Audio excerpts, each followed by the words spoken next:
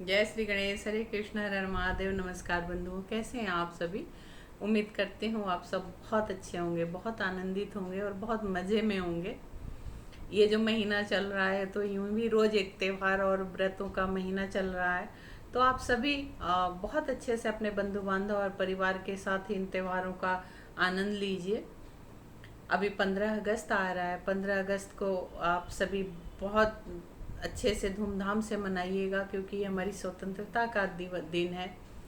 और आप सभी प्रयास कीजिएगा कि अपने अपने घरों पे भारत का एक झंडा जरूर लहराए। ये भारत का एकता का परिचय है। 16 अगस्त को कृष्ण अवतरण दिवस है। भगवान कृष्ण का जन्म दिवस बहुत धूमधाम से मनाइएगा, बहुत अच्छे से मनाइएगा। जिसकी जितनी सामर्थ्य है उस हिसाब से वो बहुत अच्छे से मनाए, बहुत अच्छे से करें। यही मेरी आप सभी से प्रार्थना है। और मैं अलका सिंह आप सबको स्वतंत्रता दिवस और कृष्ण जन्माष्टमी की बहुत बहुत बहुत शुभकामनाएं देती हूँ। आप सभी अपने परिवार के साथ बहुत अच्छे से मनाएं, बहुत अच्छे से इसे एंजॉय करें। बंधुओं, आज हम लोग चर्चा करेंगे अजय एकादशी के ऊपर कि अजय एकादशी क्यों करते हैं। यूँ तो देखा जाए तो हमारे साल के 12 महीने होते हैं और 12 महीनों में 24 एकादशी आती है।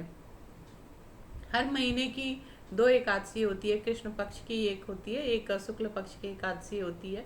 एकादशी तिथि को इसको मनाते हैं। जो भी भगवान राम को मानने वाले, जो भी भगवान कृष्ण को मानने वाले, जो वैष्णव संप्रदाय के हैं, वो निश्चित तौर पे एकादशी का व्रत करते हैं। मैं भी करती हूँ। और एकादशी का बहुत लोग ऐसे भी हैं जो सिर्फ कार्तिक मास की देव उत्थानी एकादशी का ही व्रत करते हैं। कहने का मतलब है कि जो भी आप व्रत करें, सभी एकादशी की अपनी अपनी महत्ता है। हमारे शास्त्रों में हमारे संतों ने जो वर्णन किया है, सभी एकादशी की अपनी अपनी जगह पे अपनी अपनी महत्ता है। उसी हिसाब से इसे किया जाता है। सबके पीछे कुछ न कुछ कथाएं हैं, कुछ न कुछ विचार हैं।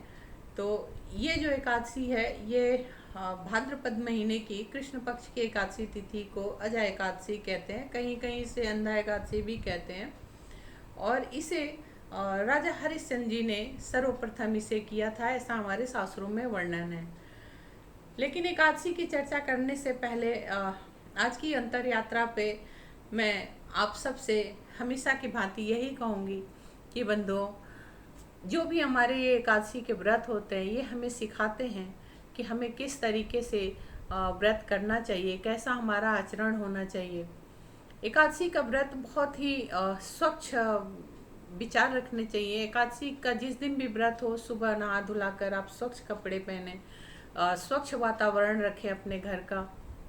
हृदय में अपने जो भी आपकी कलुषता है उसको दूर कर दें। आपके हृदय के अंदर जितनी भी कलमशता है, जो भी द्वेष, जलन, ईर्ष्या की भावना है, जो भी मदलोभ की भावना है, जो भी किसी के लिए अप्रिय जो सोच है, उस सब को निकाल कर किनारे कर दीजिए। और बहुत ही स्वच्छ अपने मन को रखिए, अपने विचार को रखिए। अपने अंतर मन में सदैव हरि का नाम लीजिए, हरि का स्मरण कीजिए, जाप कीजिए, नाम स्मरण कीजिए, कीर्तन कीजिए। दिन भर यदि कोशिश करिए, प्रयास कीजिए कि कम से कम बोलें, ज़्यादा से ज़्यादा मौन रहें। अगर हमारा काम ही है बाहर बोलने का, तो अपनी मतलब भर का, ज़रूरत भर का ही बोलिए। और खाली समय जितना भी हमारे पास है उसमें परमात्मा का नाम लीजिए, स्मरण कीजिए। क्योंकि जो भी व्रत है उस दिन जितना भी हम परमात्मा का स्मरण करेंगे, नाम कीर्तन जप करेंगे, तो कहीं ना कहीं उसका हमें फल मिलता है। और ये त्यौहार हमें व्रत जो है ये बहुत कुछ सिखाने के लिए आते हैं। ये यूं ही नहीं बने, यूं संतों ने, ऋषियों ने इसका वर्णन शास्त्रों में नहीं किया है। कहीं ना कहीं इनसे बहुत प्रेरणा मिलती है। जाने हम आप कोई भी प्रारब्ध से लेकर अब तक जाने कितने बंधनों से बंधे हुए हैं, कितने कहा जाए कि कितने पाप करके आए हैं, कितने पुण्य करके आए हैं। उसी आधार पे हमारा ये जन्म है, ये जीवन चल रहा है। तो जो भी हम एकादशी का व्रत करते हैं, तो जो हमारे प्रारब्ध के जो भी हमारे पाप कर्म जो संचित हो गए हैं, वो कटित होता है। और जो भी इस जीवन में हम लोगों से गुनाह हो जाता है, जाने अनजाने, ना चाहते हुए भी जो अपराध हो जाते हैं, उन सब को एकादशी का व्रत करने से शास्त्र कहता है कि वो कटता है। इन जीव जो है वो बंधन से मुक्त होता है। और कहते हैं इस जीवन में जितना सामान कम होगा उतना ही ये सफ़र आसान होगा। तो वो सामान सर्वप्रथम हमारी अंदर की सोच होती है, लोग और जो ईर्ष्या जलन द्वेष और जो अ, किसी का भी हड़प लेना छीन लेना, ये सब जो भी बुरी भावनाएं हैं, जो बुरे हमारे आचरण है, वही है। तो इन सब से एकादशी हम लोगों को प्रेरणा देती है कि एकादशी का व्रत करने से इन सब से आप ऊपर जाते हैं। आप इन सब को छोड़कर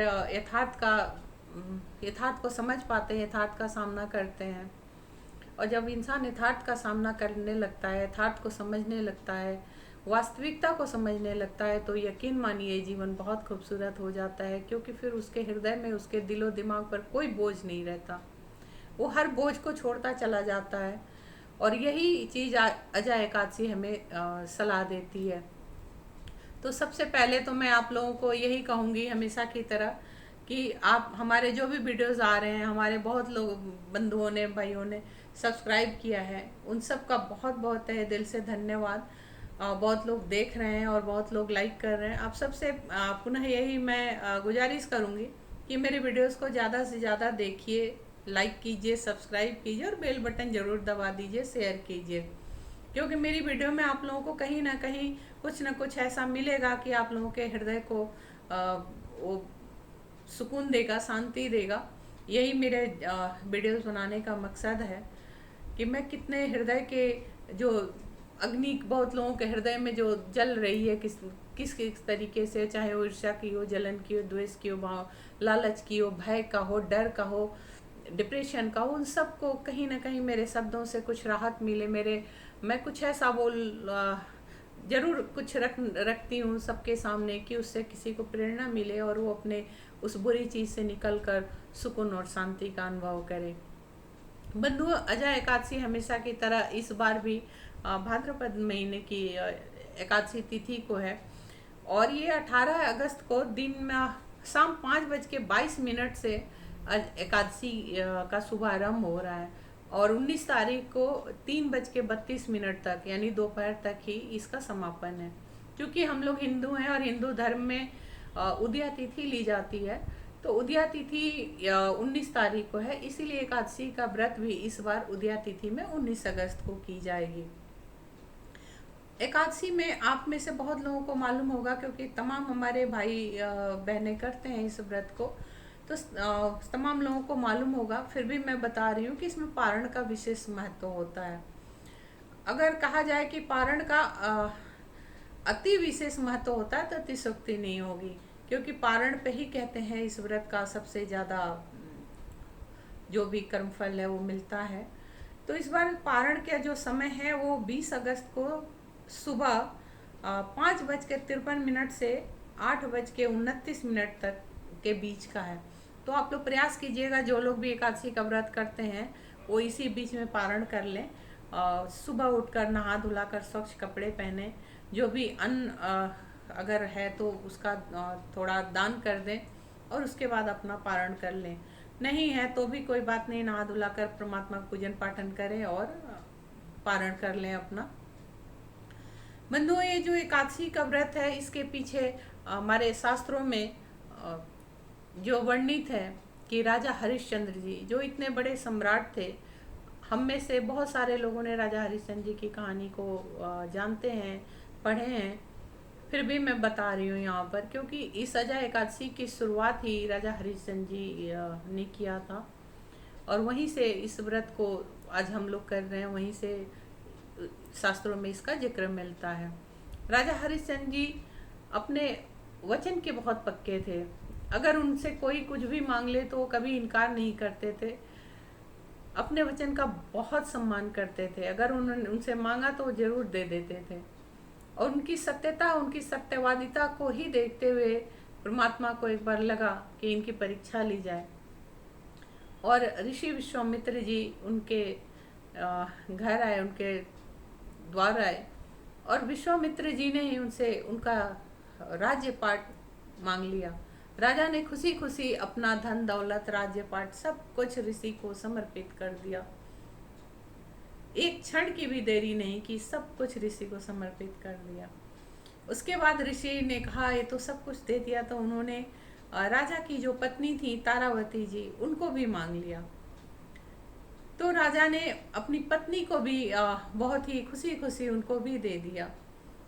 और फिर भी ऋषि को संतुष्टि नहीं हुई, तो उन्होंने राजा से उनके पुत्र रोहित को भी मांग लिया। राजा ने वहाँ भी कोई हिचकिचाहट नहीं की, क्षणिक देर नहीं की, और पुत्र को भी ऋषि को समर्पित कर दिया। सोचिए कि वो कैसे जीव थे, जिनको किसी चीज ऐसा नहीं था कि पत्नी से या पुत्र से या राज्य से कोई लगाव नहीं था। सबके अंदर होता है, वो भी जीव थे, लेकिन इन सब चीजों से वो बहुत ऊपर उठ चुके थे। वो यथार्थ का ज्ञान कर चुके थे, उनको सत्य का भान हो चुका था। वो जानते थे कि सत्यता क्या है, और उन्होंने सब कुछ दे दिया, क्योंकि अगर वो ना देते तो उनका वचन खाली हो जाता। वचनबद्धता को उन्होंने पालन किया, उन्होंने ऋषि को सब कुछ दे दिया, स्वयं भी एक चंडाल का सेवक बनकर रहे। और किन परिस्थितियों में समय के साथ देखिए उनके पुत्र को नाग ने डस लिया, और किस तरीके से रानी तारावती जो लेकर गई, और कैसे राजा ने उनसे शुल्क मांगा, और किस तरीके से उन्होंने अपने चीर को फाड़ कर दिया। तो कहानी के पीछे बहुत कुछ है। बस ये कहानी हमें ये शिक्षा देती है कि इसको यहीं पे हम लोग आगे बढ़ जाते हैं कहानी को छोड़कर। इन्हीं सब परिस्थितियों के बीच में एक दिन गौतम ऋषि जी मिले राजा हरिश्चंद्र जी से, और ऋषि गौतम ने कहा कि आप नारायण की पूजा करो, आप एकादशी का व्रत करो। जैसे जैसे गौतम ऋषि जी ने बोला, वैसे वैसे राजा हरिश्चंद्र जी ने सुबह उठकर, वो भाद्रपद महीने की कृष्ण पक्ष की एकादशी तिथि थी, जिसे आज हम लोग अजय एकादशी के नाम से जानते हैं, अन्नदा एकादशी भी इसको बोलते हैं कहीं कहीं पे। तो राजा हरिश्चंद्र जी ने सुबह उठकर गंगा स्नान किया, और स्वच्छ मन से, स्वच्छ हृदय से रेत की मूर्ति बनाई भगवान नारायण की, विष्णु की, और वहीं गंगा के किनारे उनकी पूजा करने लगे। और समय के साथ भगवान विष्णु उनके भक्ति से इतने प्रसन्न हुए कि पुनः उनका पूरा राज्य पाट सब कुछ उनको वापस कर दिया, धन दौलत सब कुछ ऐश्वर्य उनका वापस कर दिया, उनकी पत्नी तारावती जी को वापस कर दिया, उनके पुत्र रोहित को जीवित कर दिया। पुत्र भी पिता पिता कहते हुए पिता के गले लग गए। कहने का मतलब, इस व्रत को करने से राजा हरिश्चंद्र जी को पुनः उनका ऐश्वर्य प्राप्त हुआ, उनका धन दौलत, राज्य, पत्नी, पुत्र सब कुछ प्राप्त हुआ।